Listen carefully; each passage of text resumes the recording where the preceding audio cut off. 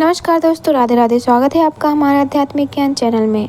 आज हम सुनाने वाले हैं शरद पूर्णिमा की व्रत कथा। अश्विन माह के शुक्ल पक्ष की पूर्णिमा को शरद पूर्णिमा कहा जाता है। शरद पूर्णिमा को रास पूर्णिमा भी कहा जाता है। मान्यता है कि शरद पूर्णिमा की रात चंद्रमा 16 कलाओं से परिपूर्ण होकर अमृत की बरसात करता है। इसलिए इस रात में खीर को खुले आसमान में रखा जाता है और सुबह उसे प्रसाद मानकर खाया जाता है। दिलचस्प बात यह है कि शरद पूर्णिमा की रात चंद्रमा पृथ्वी के सबसे पास होता है। शास्त्रों के मुताबिक इस दिन अगर अनुष्ठान किया जाए तो ये सफल होता है। मान्यता है कि इस दिन भगवान श्री कृष्ण ने गोपियों के साथ महारास रचा था। वहीं शास्त्रों के अनुसार देवी लक्ष्मी का जन्म शरद पूर्णिमा के दिन ही हुआ था। माना जाता है कि इस दिन देवी लक्ष्मी अपनी सवारी उल्लू पर बैठकर भगवान विष्णु के साथ पृथ्वी का भ्रमण करने आती हैं। इसलिए आसमान पर चंद्रमा भी 16 कलाओं से चमकता है। ऐसा माना जाता है कि इस दिन चंद्रमा की किरणों में अमृत भर जाता है और ये किरणें हमारे लिए बहुत लाभदायक होती हैं। शास्त्रों के अनुसार शरद पूर्णिमा के दिन महालक्ष्मी जी भगवान श्री विष्णु के साथ गरुड़ पर बैठकर पृथ्वी लोक में भ्रमण के लिए आती हैं और माता लक्ष्मी जी अपने भक्तों पर अपनी कृपा बरसाती हैं। मान्यता है कि जिस घर में अंधेरा हो, सोया रहता हो, माता लक्ष्मी जी उनके दरवाजे से ही लौट जाती हैं। माँ लक्ष्मी की कृपा से लोगों को कर्ज से मुक्ति मिलती है और यही कारण है कि शरद पूर्णिमा को कर्ज मुक्ति पूर्णिमा भी कहते हैं। शास्त्रों में कहा गया है, शरद मास की पूर्णिमा सुख समृद्धि तथा मोक्ष को देने वाली है। तो आज हम आप सभी को सुनाने जा रही हूँ शरद पूर्णिमा की दुर्लभ कथा, जिसे स्वयं भगवान श्री कृष्ण जी ने मौर्य यशोदा को सुनाया था, जिसे सुनने मात्र से सभी मनोकामनाएं पूर्ण होती हैं और घर में सुख समृद्धि बनी रहती है। तो शुरू करते हैं। द्वापर युग में एक समय की बात है कि यशोदा जी ने भगवान श्री कृष्ण से कहा, हे कृष्ण, तुम सारे संसार के उत्कर्ता हो, पोषक तथा उसके संहार करता हो। आज कोई ऐसा व्रत मुझसे कहो जिसके करने से मृत्यु लोक में स्त्रियों को विधवा होने का भय ना रहे तथा यह व्रत सभी मनुष्यों की मनोकामनाएं पूर्ण करने वाला हो। श्री कृष्ण कहने लगे, हे माता, तुमने अति सुंदर प्रश्न किया है।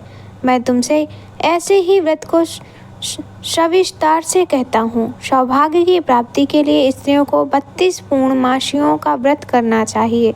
इस व्रत के करने से स्त्रियों को सौभाग्य संपत्ति मिलती है। यह व्रत अचल सौभाग्य देने वाला एवं भगवान शिव के प्रति मनुष्य मात्र की भक्ति को बढ़ाने वाला है। यशोदा जी कहने लगे, हे कृष्ण, सर्वप्रथम इस व्रत को मृत्युलोक में किसने किया था? इसके विषय में विस्तार पूर्वक मुझसे कहो। श्री कृष्ण जी ने कहने लगे कि इस भूमंडल पर एक अत्यंत प्रसिद्ध राजा चंद्रहास से पालित अनेक प्रकार के रत्नों से परिपूर्ण कातिका नाम की एक नगरी थी। वहाँ पर धनेश्वर नाम का एक ब्राह्मण था और उसकी स्त्री अति सुशीला रूपवती थी। दोनों ही उस नगरी में बड़े प्रेम के साथ रहते थे। घर में धन धान्य आदि की कमी नहीं थी। उनको एक बड़ा दुख था कि उनके कोई संतान नहीं थी। इस दुख से वह अत्यंत दुखी रहते थे। एक समय एक बड़ा तपस्वी योगी उस नगरी में आया। वह योगी उस ब्राह्मण के घर को छोड़कर अन्य सब घरों से भिक्षा लाकर भोजन किया करता था। रूपवती से वह भिक्षा नहीं लिया करता था। उस योगी ने एक दिन रूपवती से भिक्षा न लेकर किसी अन्य घर से भिक्षा लेकर गंगा किनारे जाकर भिक्षात्र को प्रेम पूर्वक खा रहा था कि धनेश्वर ने योगी का यह सब कार्य किसी प्रकार से देख लिया था। अपनी शिक्षा के अनादर से दुखी होकर धनेश्वर योगी से बोला, महात्मन, आप सब घरों से भिक्षा लेते हैं परंतु मेरे घर की भिक्षा कभी भी नहीं लेते, इसका कारण क्या है? योगी ने कहा कि निरंतान के घर की भीख पतितों के अन्न के तुल्य होती है और जो पतितों का अन्न खाता है वह भी पतित हो जाता है। चूँकि तुम निसंतान हो, अतः पतित हो जाने के भय से मैं तुम्हारे घर से भिक्षा नहीं लेता हूँ। धनेश्वर यह बात सुनकर अपने मन में बहुत दुखी हुआ और हाथ जोड़कर योगी के पैरों पर गिर पड़ा तथा अंतर्भाव से कहने लगा, हे महाराज, यदि ऐसा है तो आप मुझको पुत्र प्राप्ति का उपाय बताइए। आप सर्वज्ञ हैं, मुझ पर अवश्य ही यह कृपा कीजिए। धन की मेरे घर में कोई कमी नहीं, परंतु मैं पुत्र ना होने के कारण अत्यंत दुखी हूँ। आप मेरे इस दुख का हरण करें। आप सामर्थ्यवान हैं। ये सुनकर योगी कहने लगे, हे ब्राह्मण, तुम चंडी की आराधना करो। और आकर उसने अपनी स्त्री से सब वृतांत कहा और स्वयं तप के निमित्त वन में चला गया। वन में जाकर उसने चंडी की उपासना की और उपवास किया। चंडी ने 16वें दिन उसको स्वप्न में दर्शन दिया और कहा, हे धनेश्वर, जा तेरे पुत्र होगा, परंतु वह 16 वर्ष की आयु में ही मृत्यु को प्राप्त हो जाएगा। यदि तुम दोनों स्त्री पुरुष 32 पूर्णमासियों का व्रत विधि पूर्वक करोगे तो वह दीर्घायु होगा। जितनी तुम्हारी सामर्थ्य हो आटे के दिए बनाकर शिव जी का पूजन करना, परंतु पूर्णमासी को 32 हो जाने चाहिए। प्रातःकाल होने पर इस स्थान के समीप ही तुम्हें एक आम का वृक्ष दिखाई देगा। उस पर तुम चढ़कर एक फल तोड़कर शीघ्र अपने घर चले जाना। अपनी स्त्री से सब वृतांत कहना। ऋतु स्नान के पश्चात वह स्वच्छ होकर भगवान शंकर जी का ध्यान करने उस फल को खा लेगी। तब शंकर भगवान की कृपा से उसको गर्भ हो जाएगा। जब वह ब्राह्मण प्रातःकाल उठा तो उसने उस स्थान के पास ही एक आम का वृक्ष देखा, जिस पर एक अत्यंत सुंदर आम का फल लगा हुआ था। उस ब्राह्मण ने उस आम के वृक्ष पर चढ़कर उस फल को तोड़ने का प्रयत्न किया, परंतु वृक्ष पर कई बार प्रयत्न करने पर भी वह न चढ़ पाया। तब तो उस ब्राह्मण को बहुत चिंता हुई और वह शीघ्र विनाशक श्री गणेश जी की वंदना करने लगा। हे दयानिधे, अपने भक्तों को शीघ्र का विघ्नों का नाश करके उनके मंगल कार्य को करने वाले, दुष्टों का नाश करने वाले, रिष्टि सिद्धि के देने वाले, आप मुझ पर कृपा करके इतना बल दें कि मैं अपने मनोरथ को पूर्ण कर सकूं। इस प्रकार गणेश जी की प्रार्थना करने पर उनकी कृपा से धनेश्वर वृक्ष पर चढ़ गया और उसने एक अति सुंदर आम का फल देखा। उसने विचार किया कि जो वरदान से फल मिला था वह यह है और कोई फल दिखाई नहीं देता। उस धनेश्वर ब्राह्मण ने जल्दी से उस फल को तोड़कर अपनी स्त्री को लाकर दिया और उसकी स्त्री ने अपने पति के कथा अनुसार उस फल को खा लिया और वह गर्भवती हो गई। देवी जी की असीम कृपा से उसे एक अत्यंत सुंदर पुत्र उत्पन्न हुआ, जिसका नाम उन्होंने देवीदास रखा। माता पिता के हर्ष और शोक के साथ वह बालक शुक्ल पक्ष के चंद्रमा की भांति अपने पिता के घर में बढ़ने लगा। भवानी की कृपा से वह बालक बहुत ही सुंदर, सुशील और विद्या पढ़ने में बहुत ही निपुण हो गया। दुर्गा जी की आज्ञा अनुसार उसकी माता ने 32 पूर्णमासी का व्रत रखना प्रारंभ कर दिया था, जिससे उसका पुत्र बड़ी आयु वाला हो जाए। 16वां वर्ष लगते ही देवीदास के माता पिता को बड़ी चिंता हो गई कि कहीं उनके पुत्र की इस वर्ष मृत्यु न हो जाए। इसलिए उन्होंने अपने बेटे मन में विचार किया कि यदि यह दुर्घटना उनके सामने हो गई तो वे कैसे सहन कर सकेंगे। उन्होंने देवीदास के मामा को बुलाया और कहा कि हमारी इच्छा है कि देवीदास 1 वर्ष तक काशी में जाकर विद्या अध्ययन करे और उसको अकेला भी नहीं छोड़ना चाहिए, इसलिए साथ में तुम चले जाओ और 1 वर्ष के पश्चात इसको वापस लौटा लाना। सब प्रबंध करके उसके माता पिता ने काशी जाने के लिए देवीदास को एक घोड़े पर बैठाकर उसके मामा को उसके साथ कर दिया, किंतु यह बात उसके मामा या किसी और से नहीं कही।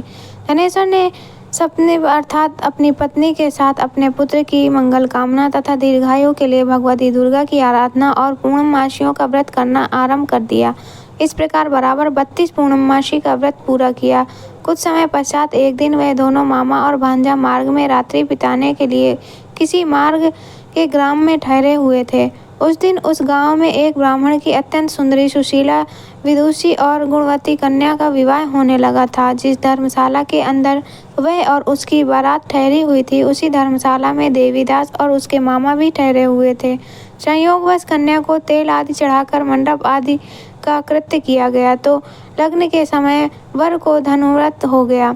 तत्पश्चात वर के पिता ने अपने कुटुंबियों से परामर्श करके निश्चय किया कि यह देवीदास मेरे पुत्र जैसा ही सुंदर है, मैं इसके साथ ही लग्न करा देता हूँ और बाद में विवाह के अन्य कार्य में लड़के के साथ हो जाएंगे।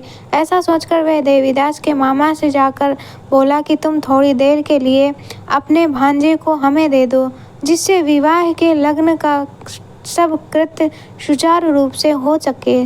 तब उसका मामा कहने लगा कि जो कुछ भी मधुपर्क आदि कन्यादान के समय वर को मिले वह सब हमें दे दिया जाए, तो मेरा भांजा इस बारात का दूल्हा बन जाएगा।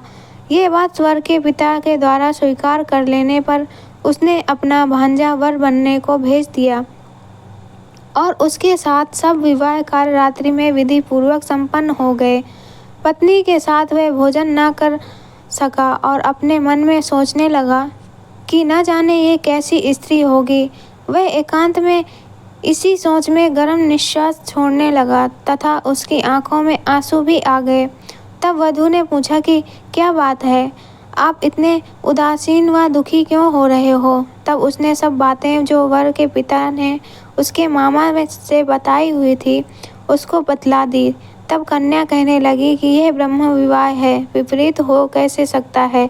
देव, ब्राह्मण और अग्नि के सामने मैंने आपको ही अपना पति बनाया है, इसलिए आप ही मेरे पति हैं। मैं आपकी ही पत्नी रहूंगी, किसी अन्य की कदापि नहीं। तब देवीदास ने कहा, ऐसा मत करिए, क्योंकि मेरी आयु बहुत थोड़ी है। मेरे उस विषधर के प्रभाव से उसके शयन का स्थान चारों ओर से विष की ज्वाला से विषैला हो गया, परंतु वृत्रराज के प्रभाव से उसको काटने ना पाया, क्योंकि पहले ही उसकी माता ने 32 पूर्णिमा का व्रत कर रखा था। इसके बाद मध्याह्न के समय स्वयं काल वहां पर आया और उसके शरीर से उसके प्राणों को निकालने का प्रयत्न करने लगा, जिससे वह मूर्छित होकर पृथ्वी पर गिर पड़ा। भगवान की कृपा से उसी समय पार्वती जी के साथ भगवान शंकर जी वहां पर आ गए। उसको मूर्छित दशा में देखकर पार्वती जी ने कहा, भगवान शंकर से प्रार्थना की कि हे महाराज, इस बालक की माता ने पहले 32 पूर्णिमा का व्रत किया था, जिसके प्रभाव से हे भगवान आप इसको प्राण दान दे दें। भवानी के कहने पर भक्त उत्सल भगवान शिव जी ने उसको प्राण दान दे दिया। इस व्रत के प्रभाव से काल को भी पीछे हटना पड़ा और देवीदास स्वस्थ होकर बैठ गया और वह धीरे धीरे चलकर उसी जगह पर आया जहाँ पर उसने उस लड़की से शादी की थी। उस लड़की को लेकर अपने पिता के घर पहुँचा। पिता बहुत ही दुखी होकर बैठा हुआ था। जब उसने देखा कि मेरा पुत्र सही सलामत घर वापस लौट आया है तो वह नीचे उतरकर आ गए और दोनों ही खुशी खुशी जीवन यापन करने लगे। पुत्र के जीवित होने की खुशी में ब्राह्मणों को भी देखकर अपने पिता से कहा कि ये मेरा पति नहीं है, मेरा पति वही है जिसके साथ रात्रि में मेरा पाणिग्रहण हुआ था। इसके साथ मेरा विवाह नहीं हुआ है। यदि ये वही है तो बताए कि मैंने इसको क्या दिया। मधुपर्क और कन्यादान के समय जो मैंने भूषण आदि इन्हें दिए थे उन्हें दिखाए तथा रात में मैंने क्या गुप्त बातें कही थी वह सब सुनाए। पिता ने उसके कथानुसार वर को बुलवाया। कन्या की ये सब बातें सुनकर वह कहने लगा कि मैं कुछ नहीं जानता। इसके पश्चात लज्जित होकर वहाँ से चला गया और सारी बारात भी आमंत्रित होकर वहाँ से लौट गई। भगवान श्री कृष्ण बोले, हे माता, इस प्रकार देवीदास काशी विद्यालय के लिए चला गया। जब वो कुछ समय बीत गए तो काल से प्रेरित होकर एक सर्प रात्रि के समय उसको डसने के लिए वहाँ आया।